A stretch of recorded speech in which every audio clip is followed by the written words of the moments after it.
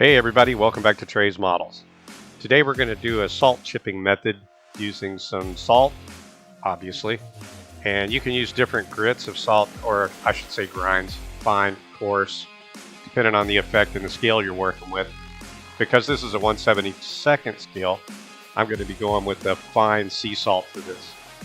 You'll need a spray bottle with some water in it, and probably the ratio that I'm using is about 3 drops of dish soap to a cup of water, and the only thing that's doing is breaking the surface tension so the water doesn't bead up. It gives you a nice film for the salt to adhere to. The next, you got to have the model based with the undercolor that you want. If you're doing a aircraft that had a primer coat on it that you want to chip down to, then that's the base you're going to use. I'm using an aluminum base. It's an enamel. I've not tried this method with acrylics for obvious reasons because you're using water. So after you get your base down, give it a nice spritz in the direction that you want the chipping to go, and then start sprinkling the salt on. You can manipulate it around if you like with a wet paintbrush and get the salt crystals where you like them. Let this set up. After you get the salt to where you want it and you like the way it looks, let it dry off. Usually doesn't take that long unless it's really cold out. You can speed the process up with a hairdryer if you're careful. You don't want to blow the salt off that you just put on, so be careful doing that. After the salt sets up, you can go ahead and start with your base colors. Because I'm doing kind of a Luftwaffe color, I started with a gray Luftwaffe color on the bottom. I think it's Lichtblau, and sprayed that. Then I came back and put the desert sand over the top. Let that set up. Then you let everything dry. And then when all that's set and dried, you like the way it looks, come back with a toothbrush, soft bristle, you don't have to use anything real coarse, and start scrubbing the salt off. And the more you scrub, the more you'll see the effect. If you don't like the effect you got, you can always go back and change it a little bit, touch it up. This is pretty easy to work with, and it's a lot of fun. So a little something different. The effect is kind of neat.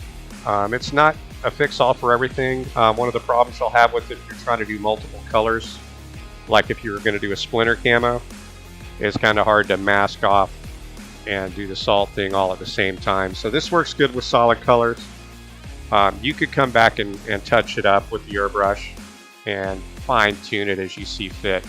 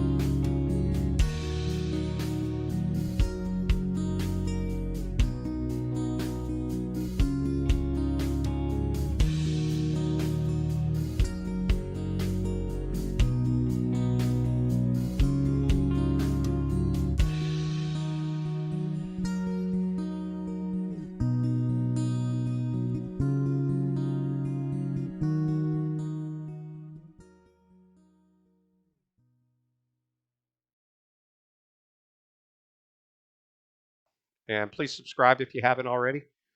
And y'all be good to each other. Have a great one, and we'll see you on the next video. Thanks for watching.